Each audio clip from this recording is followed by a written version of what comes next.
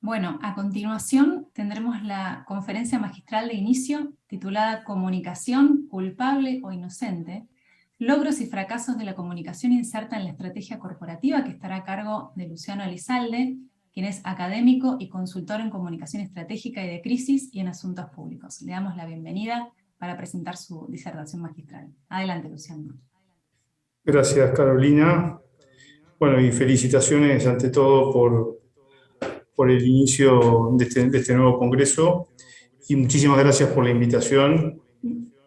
No soy específicamente del palo, por decirlo así, pero esta idea de pasar o de trascender los límites y desafiar los límites de la comunicación me parece algo muy atractivo, muy interesante y muy inteligente, así que les agradezco la oportunidad de poder reflexionar sobre la experiencia doble como académico, como decías, y como mi trabajo de consultor, desde donde voy a tratar de colocar o de insertar algunas ideas y algunas relaciones que puedan plantear el problema tal vez más importante que tiene la comunicación, que es cómo hacemos que la comunicación sea estratégica, ¿no? Creo que todos como expertos, como especialistas en comunicación, intentamos ayudar a que nuestros interlocutores, nuestros clientes se comuniquen mejor, y eso implica transformar su comunicación en una comunicación estratégica. ¿Es culpable o es inocente la comunicación, el responsable en comunicación de que esto suceda o de que esto no suceda, mejor dicho? De alguna manera, últimamente la situación es compleja, los equipos de comunicación están pasando por una situación compleja, y digo compleja, no digo mala, no digo negativa, pero sí digo compleja porque hay un entorno que pone muchas restricciones, que pone muchas limitaciones, y eso implica tener que repensar muchas cosas. Por eso me parece muy interesante el desafío de trascender los límites que están planteando. Desde ese punto de vista, podemos decir que hay tres cuestiones que me parecen clave vincular, que es justamente la relación entre la comunicación estratégica, la estrategia de la organización, la estrategia corporativa, y la estrategia de la comunicación interna.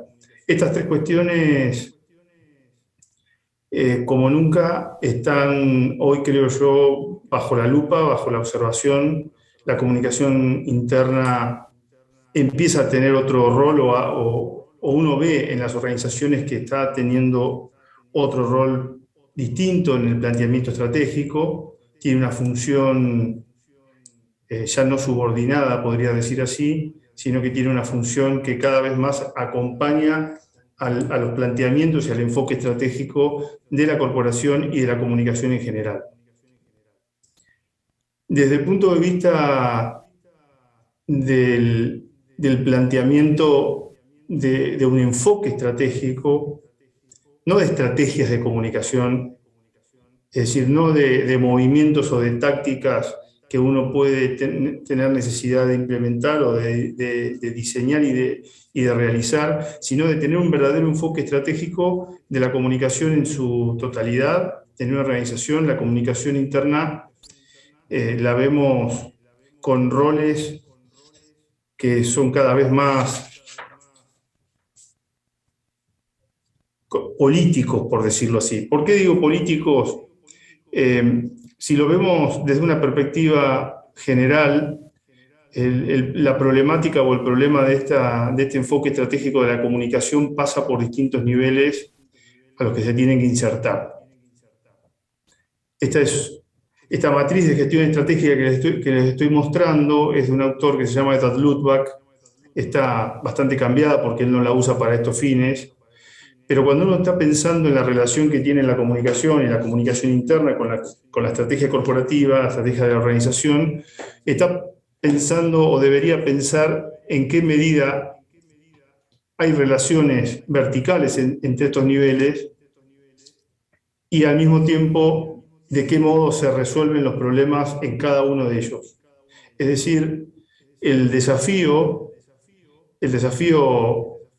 es importante porque toda la comunicación, y específicamente la comunicación interna, tiene que llegar a tener una definición encadenada desde los niveles políticos de la organización hasta los niveles tácticos, o sea, el know-how de los equipos y, por supuesto, la incorporación de la tecnología necesaria para hacer que la comunicación tenga una dimensión estratégica.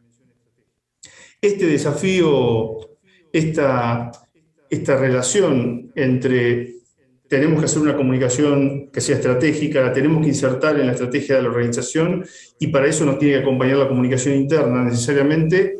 Cuando la vinculamos a cada uno de estos niveles de decisión, estos niveles en donde la estrategia tiene distintos aspectos y donde desde mi punto de vista no hay que sacar ninguno de estos niveles porque dejaríamos sin algún tipo de planteo importante. La comunicación interna la vemos ya no en los niveles inferiores, en el nivel táctico operativo, sino que la vemos en la mesa de discusión, en la mesa de directorio, en la mesa de decisión política, en donde están las decisiones fundamentales, por supuesto que no en todas las organizaciones, pero es cada vez más un imperativo incorporarla en las decisiones que están relacionadas con problemas en donde la comunicación tiene una solución de mediano a largo plazo, en donde se necesita trabajar no solamente para resolver una situación coyuntural, sino para resolver una cuestión de fondo. Pero, sin embargo, esta relación y estas relaciones verticales y sus propias definiciones a nivel horizontal, en el nivel operacional, por ejemplo, en donde están todas las distintas gerencias o las distintas áreas, generan tensiones, ¿no? Generan tensiones que me parecen que son importantes de trabajar, importantes de pensar, porque son las que pueden llegar si las resolvemos, si entendemos cómo resolvemos cada una de estas tensiones, podríamos avanzar en esta trascendencia de los límites de la comunicación. Voy a hacer referencia a la DIRCOM muchas veces como responsable de comunicación, asumiendo que la DIRCOM tiene cosas para decir de comunicación interna, aunque sabemos que muchas veces esto no es así, pero a los fines expositivos, o voy a hablar de responsable de comunicación o de la dirección de comunicación, la DIRCOM como el área que tiene que tomar estas decisiones. La primera tensión que aparece en algunos DIRCOM, en algunas direcciones de comunicación, es cómo conectamos con el negocio, cómo la estrategia de comunicación y la estrategia de comunicación interna conecta con el negocio. La conexión con el negocio necesita, básicamente, y ustedes, seguramente muchos de ustedes lo saben, necesita entender los determinantes corporativos, pero necesita dos cuestiones más que yo creo que son un poco, no sé si un poco más nuevas, podría decir, tal vez depende de las experiencias de cada uno, pero hoy el DIRCOM o la responsable en comunicación necesita tener una función educativa con respecto al management en general para que el management aprenda comunicación. Pero lo que me parece más desafiante es la necesidad de desarrollar un modelo mental ontológico distinto. ¿Qué significa modelo mental ontológico distinto? Significa un modelo de realidad distinto. ¿A qué me refiero? Me refiero a que hoy compartimos un modelo dualista. Es decir, compartimos un modelo de realidad en la que dividimos la realidad de la comunicación de la realidad del negocio. Y desde mi punto de vista y desde mi experiencia, por lo menos, de mi contacto con con casos de trabajo. Esta división no solamente está en el management o en la DIRCOM, está en ambas partes. Es decir, este modelo dualista que divide, que diferencia la realidad comunicacional de la realidad no comunicacional, es algo que no solamente está en el management general o está en la DIRCOM, sino que está en ambos. Y en eso coinciden, ¿no? Es decir, el management, cuando hablo de management me estoy refiriendo a las áreas que no son de comunicación, hablan de dos realidades y en donde la gestión que importa es la gestión general y donde tal vez a veces importa menos la comunicación. Y tenemos en la dirección de comunicación y en las áreas de comunicación también dos realidades divididas, pero donde importa más la comunicación, y a lo que creo que debemos apuntar es a la segunda columna, ¿no? Debemos tener una concepción de la comunicación, pero una concepción de la realidad que incorpore distintos mecanismos, distintos dispositivos que permitan justamente comprender de qué manera la gestión de la comunicación debe aportarle a la gestión general. Sin esto, sin entender del producto, sin entender de las personas, aunque entendamos de comunicación específicamente, difícilmente podamos avanzar hacia el negocio. ¿Por qué digo esto? Porque me he encontrado y porque me sigo encontrando con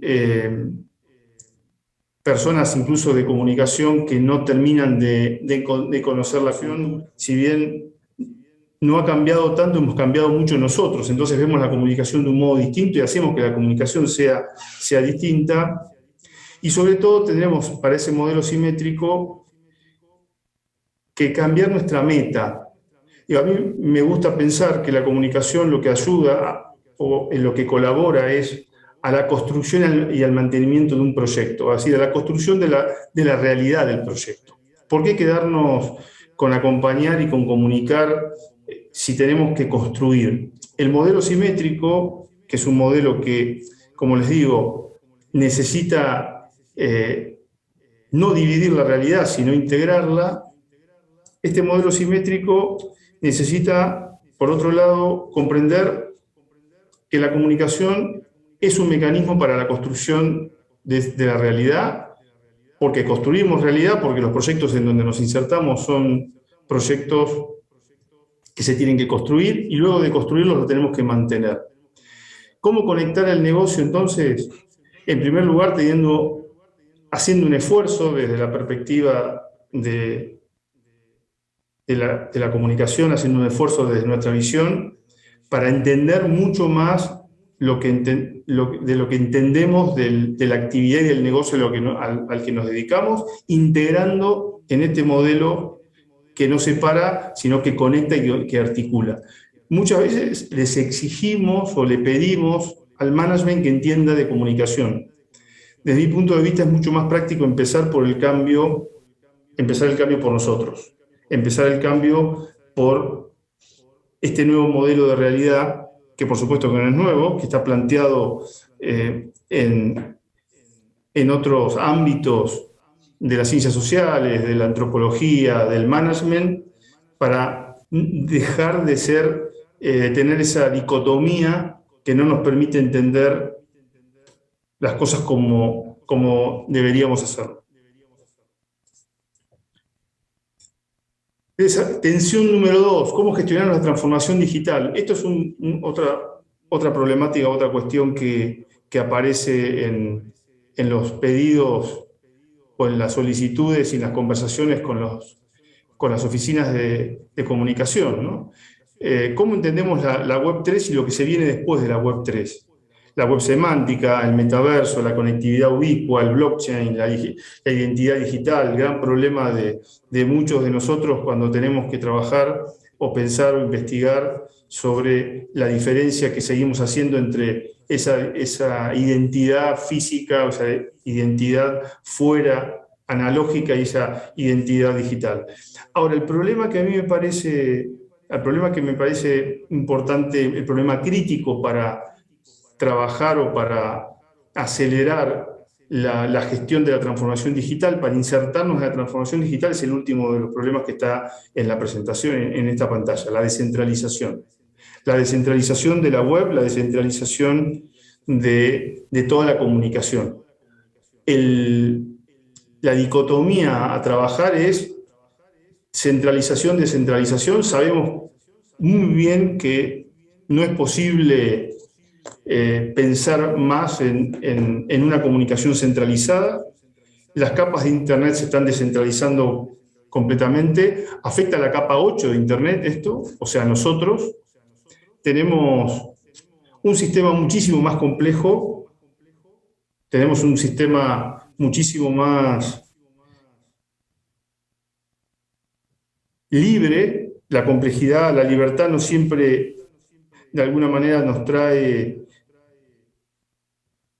Tenemos que entender que la libertad, más allá de que es un beneficio, también nos trae otras complejidades, ¿no? La multiplicación de la oferta comunicacional se ha ampliado y eso es producto de la descentralización. Tener un sistema descentralizado es como una contradicción en términos, en el sentido de que cuando uno arma una oficina, una gerencia, está pensando en controlar la entrada y la salida de un recurso determinado.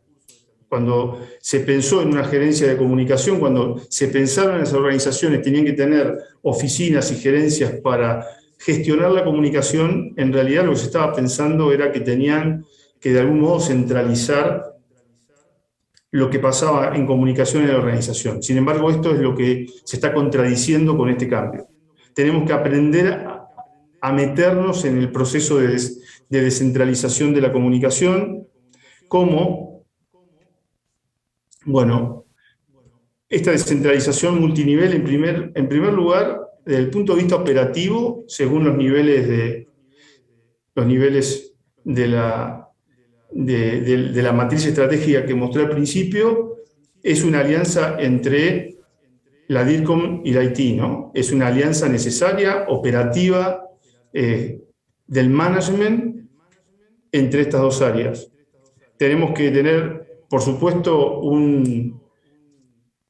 necesitamos que la DIRCOM, dentro de ese proceso de descentralización, tenga una mirada mucho más unificadora de la información que pasa por la organización. Hay organizaciones que lo han hecho, hay organizaciones que dentro de este proceso descentralizado lo que han logrado es poder por lo menos tener una mirada focalizada y central de la propia información de la organización. Pero lo que me parece mucho más importante y que está mucho más vinculado también con la comunicación interna es la importancia estratégica que tiene acá la cultura de la organización. La salida es una salida estratégica, mucho más que la salida operativa que expuse antes. Me parece que la salida de fondo, yo le digo esto, la salida por abajo, porque es la salida por los fundamentos, está relacionado con entender la cultura como mecanismo estratégico, con entender que las personas son medios de comunicación y que tenemos que pensarlas como referentes y como medios que van a generar y a reproducir la cultura. Y si tenemos una cultura adecuada, vamos a tener patrones de coordinación adecuados. ¿Qué quiero decir con esto? Lo que quiero decir, y lo voy a volver a, de alguna manera voy a volver sobre el tema seguramente en los próximos desafíos que voy a tocar, la complejidad y la descentralización, la manera de responder a esos desafíos, a esa tensión, es por medio de una descentralización táctica, por decirlo así, soltarle la mano, soltar las ataduras a una cantidad de referentes, personas y medios que tenemos en la organización para que justamente puedan adaptarse a ese nivel de descentralización, pero con una centralización estratégica importante, centrada y parada en la cultura. ¿Y quién otro que la comunicación interna para la reproducción y la orientación de la cultura en la organización? Este es otro factor que me parece me parece central en el cambio de la comunicación interna, ¿no? La relevancia de la comunicación interna, visto también por la relevancia que está teniendo la cultura como categoría central del management. Reed Hastings, el fundador de Netflix, en este libro que se los recomiendo, Aquí no hay reglas, un libro que más que procede y debe pararse en su propia cultura, y para mí esto, por muchos otros motivos y por muchas otras razones que ustedes como expertos en comunicación interna lo saben tal vez mejor que yo, pero pensando en la descentralización que se viene, pensando en la descentralización que tenemos por delante, necesitamos conectar cultura, comunicación interna y branding de alguna manera. ¿Por qué? Porque cada vez más estamos hablando de la marca empleadora, cada vez más estamos hablando de que tenemos que tener de cara a nuestros colaboradores una marca que pueda ser atractiva desde la perspectiva del colaborador, y ahí, por supuesto, comunicación interna, la construcción de esa cultura que le dé base a esa marca es clave. Pero vuelvo a decir, tenemos que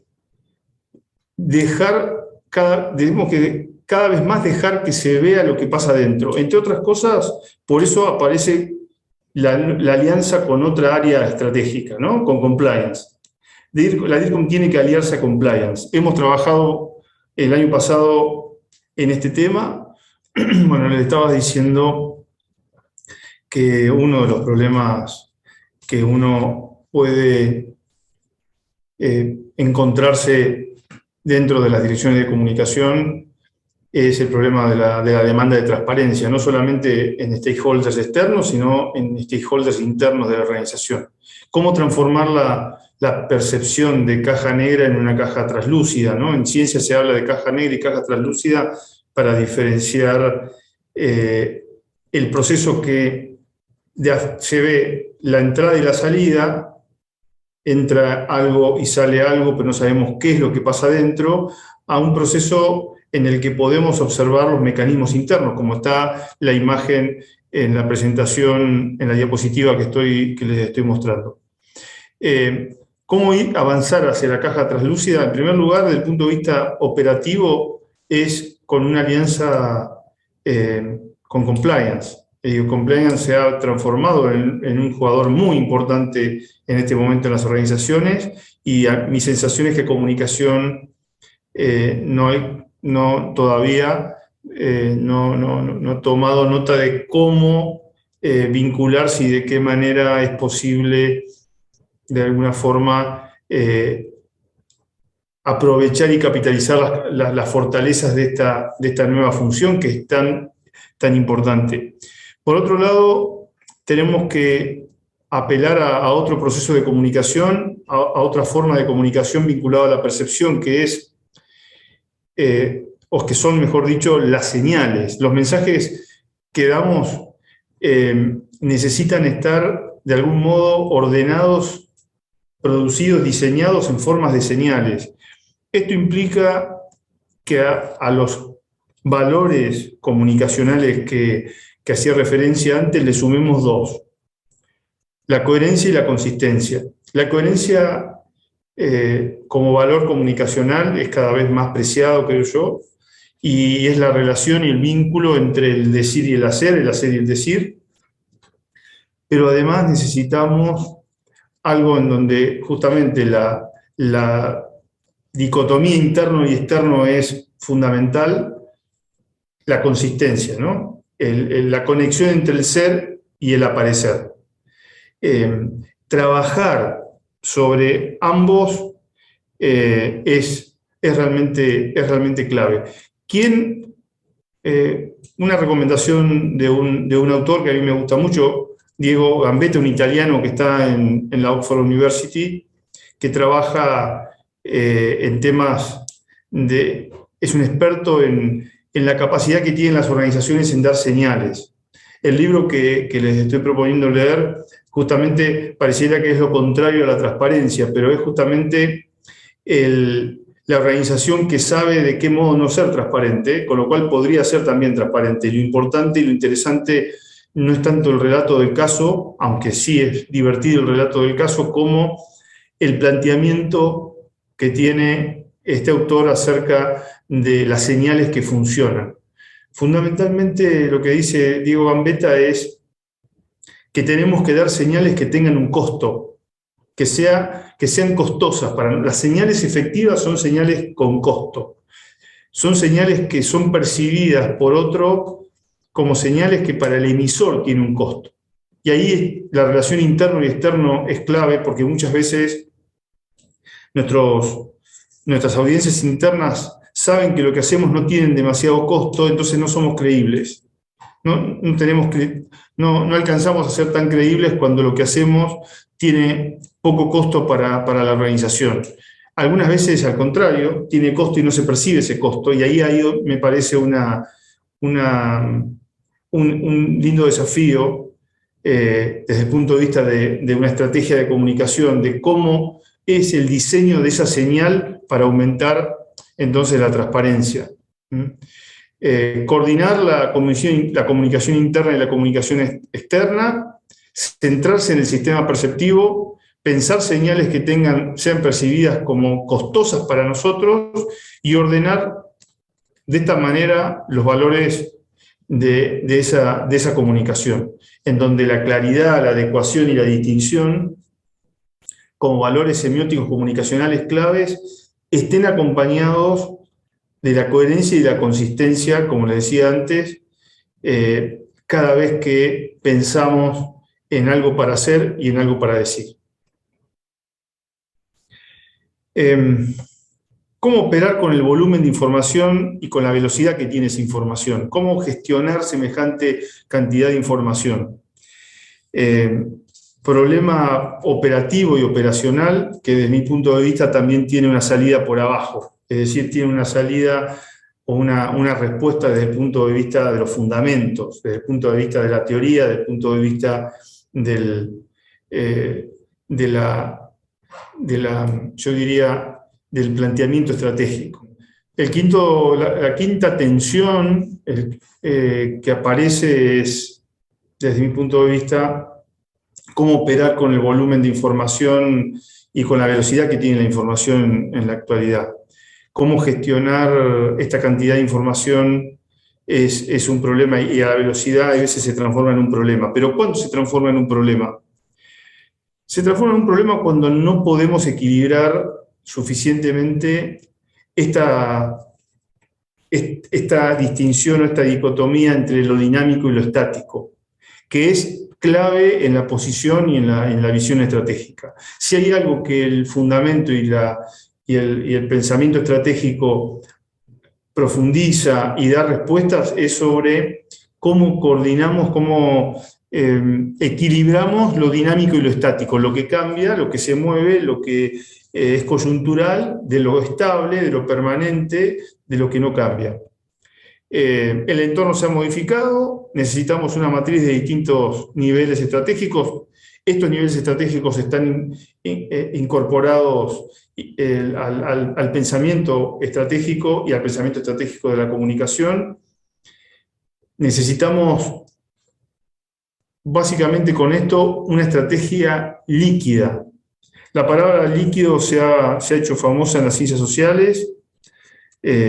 Todos lo conocen, me imagino, la sociología de Zygmunt Bauman, pero yo quiero referirme no en el mismo sentido, sino a una metáfora un poco más, no tan abstracta como la de Zygmunt Bauman, ¿no?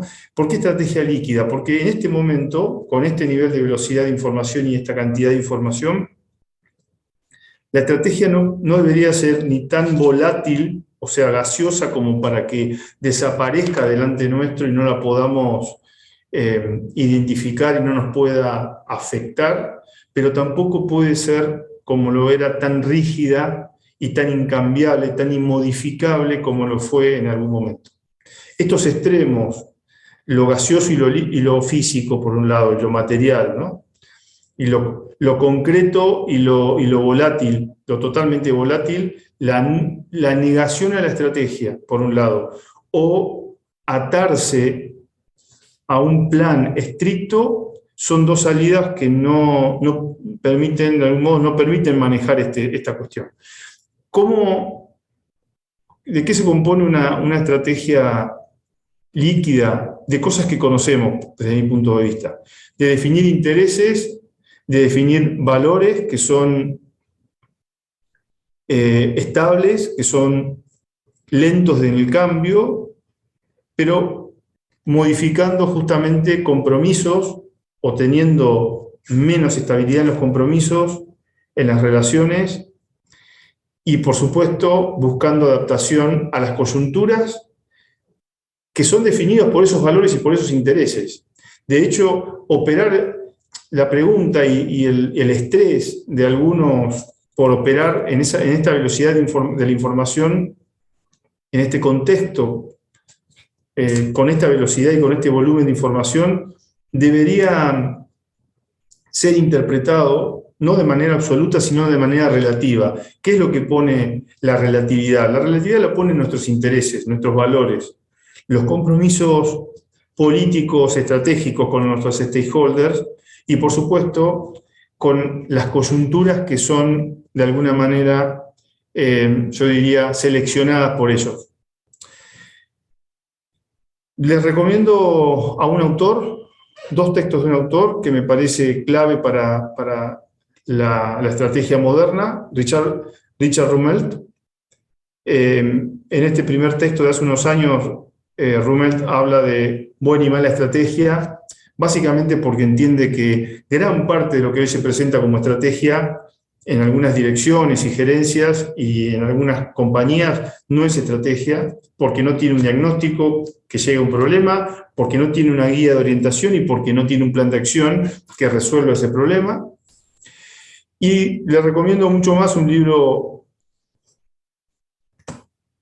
nuevo, un libro de este año, Lo Crucial, en donde de alguna manera Rumelt nos lleva a profundizar, a hacer un esfuerzo muy, muy grande sobre la necesidad de encontrar ese fundamento profundo de lo estratégico, el problema crítico que nos va a llevar a resolver el camino del desafío que nos estamos planteando. En definitiva, la velocidad existe, pero también la velocidad es relativa. ¿Por qué? Porque hay unos niveles de la estrategia a los que nosotros debemos responder para luego, valga la redundancia, responder a esa velocidad. ¿Por qué? Porque no todo es importante, no todo es relevante. ¿Quién dice eso? ¿Quién define la relevancia? Lo define una estrategia líquida, bien equilibrada entre lo dinámico y lo estático. Sexta y anteúltima tensión. ¿Qué hacemos con la polarización? ¿Cómo nos manejamos con la polarización? La polarización es un problema en mi país, en Argentina. Mis paisanos que están escuchando y están viendo seguramente lo saben. Para nosotros esto es algo nacional, pero no. En realidad esto es algo global. Y empiezo por la teoría porque me parece clave el estudio de este año, de hace un año o 2 años, de Keith Stanovich, un psicólogo canadiense dedicado fundamentalmente al trabajo sobre los sesgos y los ruidos informativos que generan justamente estas polarizaciones. Stanovich dice algo, me parece clave, dice: no estamos en el mundo de la posverdad, estamos en el mundo de mi verdad. Y esto me parece que es una diferencia tremendamente importante y es una idea muy interesante para analizar. Porque si estuviéramos en la era de la posverdad, la verdad no interesaría. Y en realidad lo que se encuentra Stanovich con los estudios experimentales que realiza es que tenemos personas y grupos de personas convencidas de su propia verdad, convencidas de su propia de su propia realidad, por decirlo de esa manera, ¿no? Por ejemplo, conservadores y progresistas, que son de alguna manera o de alguna forma tal vez las polarizaciones más estandarizadas, más globales en las que vivimos. Yuri Lotman, un autor que no tiene nada que ver con Stanovich, sin embargo, desde un punto de vista más de la teoría de la comunicación, dice que la semiótica, o mejor dicho, la semiosis y el funcionamiento del significado de las cosas, tiene dos problemáticas. Una de esas problemáticas es la diferencia entre el lenguaje y la realidad, o sea, la diferencia, cómo usamos el lenguaje para representar la realidad. Cómo usamos el lenguaje para representar y para definir la realidad, es un problema que a veces la comunicación se olvida de este problema, lo damos por supuesto, yo diría. La otra cuestión clave de Yuri Lotman, según su punto de vista de la semiótica como problemas centrales, estos eran los dos problemas claves de una semiosfera, de una esfera semiótica. Es que no hay un lenguaje solo, hay dos lenguajes, entre comillas, hay 2, 3 o 4 lenguajes. Entonces tenemos dos dicotomías importantes para trabajar las polarizaciones y para darnos cuenta por qué se puede profundizar estas polarizaciones. Porque tenemos que hacer un esfuerzo, yo diría, clave para buscar un modelo de comunicación, y yo lo veo eso en el modelo de comunicación de riesgo, que nos permita ajustar expectativas con respecto a lo que sucede. Mucho más que convencer, que casi en esta sociedad, en esta cultura polarizada, más que convencer, necesitamos el ajuste de expectativas, ¿no? Necesitamos entender la realidad que entiende el otro, necesitamos acercar un mundo de algún modo mucho más realista. Y este es el verdadero desafío, desde mi punto de vista, el primer desafío que tiene la comunicación en este momento. ¿Cómo construimos un paradigma de conocimiento distinto para, de algún modo, ablandar esas polarizaciones, ¿no? Para generar un conocimiento, yo diría, hasta de sentido común distinto. Y aquí la distinción, la dicotomía clave es la relación, la diferencia entre realidad y fantasía. Tenemos colaboradores, clientes y otros stakeholders que posiblemente nos perciban desde una visión fantástica. Es decir, es posible que tengan fantasías, conscientes o inconscientes, algunos tal vez individuales no las comparten con otros, y cuando son inconscientes son autoengaños, cosas que no es posible de saber que son de algún modo falsedades, pero también hay fantasías grupales, algunas veces promovidas por las propias organizaciones, que creo que tenemos que ir en el sentido contrario. Creo que tenemos que ir no hacia las ficciones, ni hacia la mitología corporativa, sino tenemos que avanzar hacia modelos de realidad que nos permitan poco a poco acercar justamente expectativas y conocimiento de sentido común. Traigo un ejemplo muy viejo, pero como es un ejemplo que ha tenido algún tipo de resolución, otros están muy, muy cercanos, ¿no? Bren Spar. Bren Spar es la torre que tenía Shell en el Mar del Norte en 1995, una torre de extracción de petróleo, de crudo en el mar. En 1995 Greenpeace, al enterarse que Shell la quería hundir, hace una acción y no le permite a Shell que la dinamite y que hunda, porque consideraba que iba a generar un impacto negativo en la plataforma marina. Los expertos de Shell creían lo contrario. En esta nota de prensa aparecen científicos del gobierno diciendo que están alertando contra el hundimiento y otros científicos ingleses a favor del hundimiento.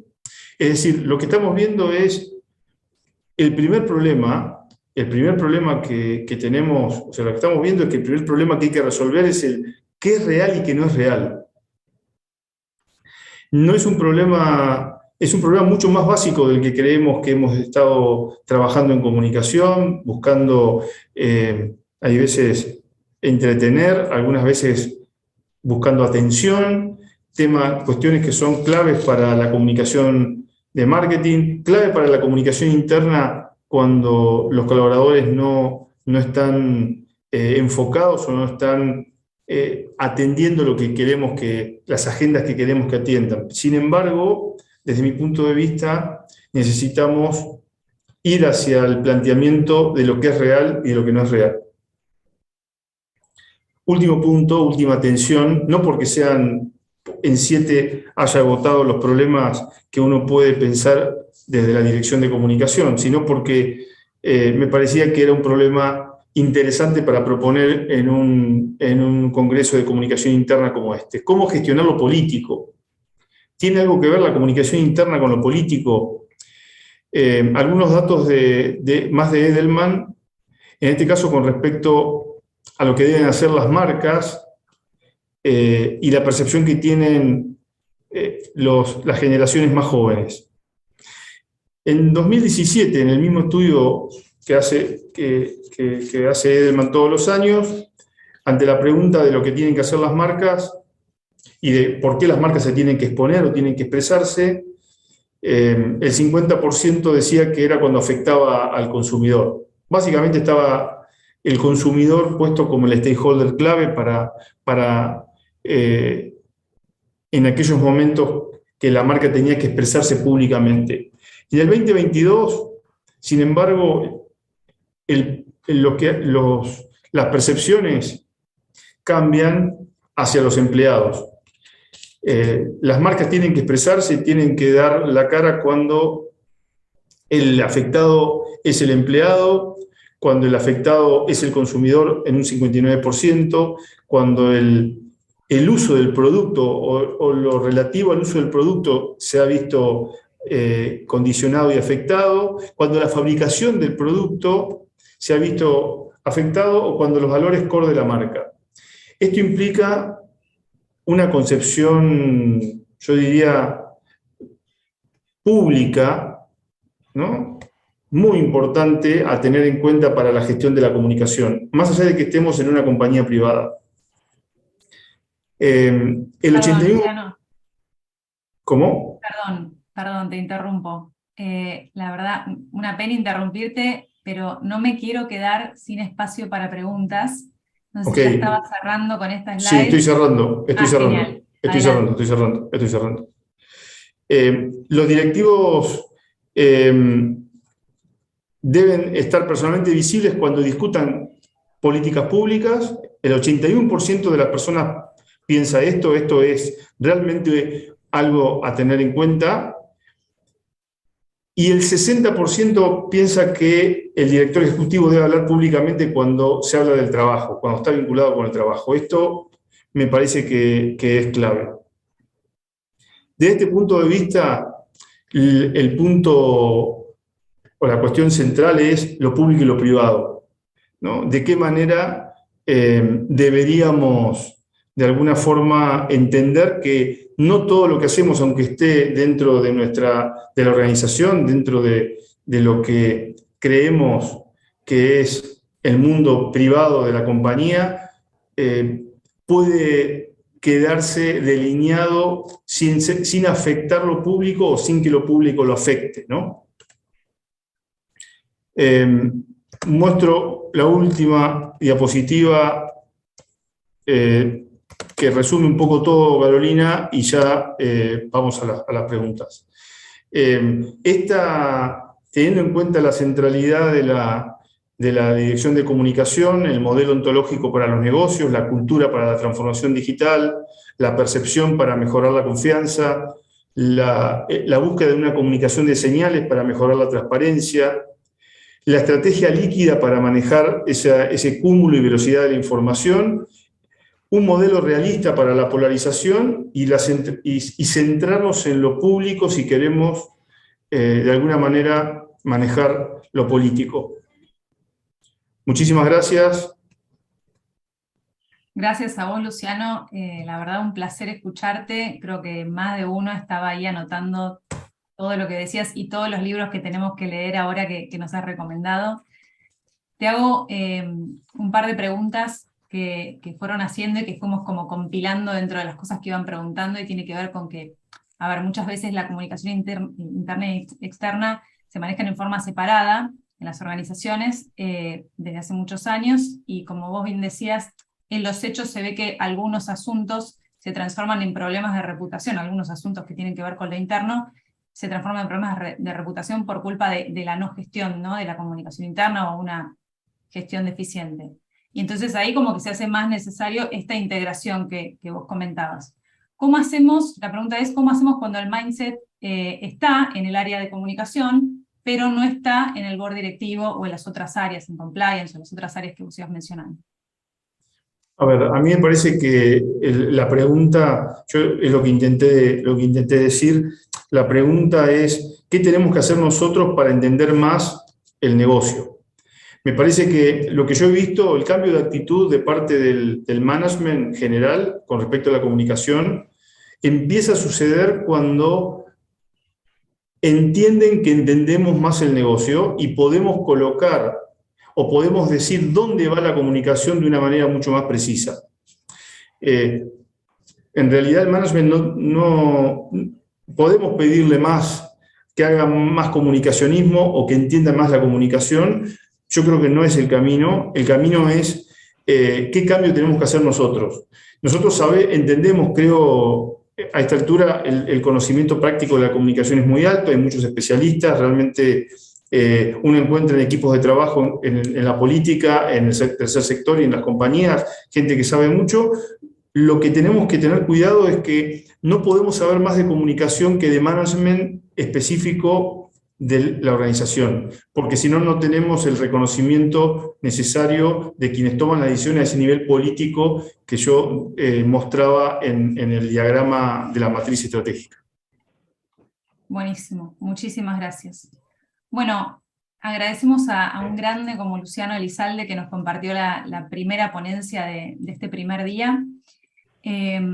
Y ahora les pido también que nos vayan contando cómo van viviendo el Congreso, y los invitamos a compartir en las redes sociales usando el hashtag Consin2022.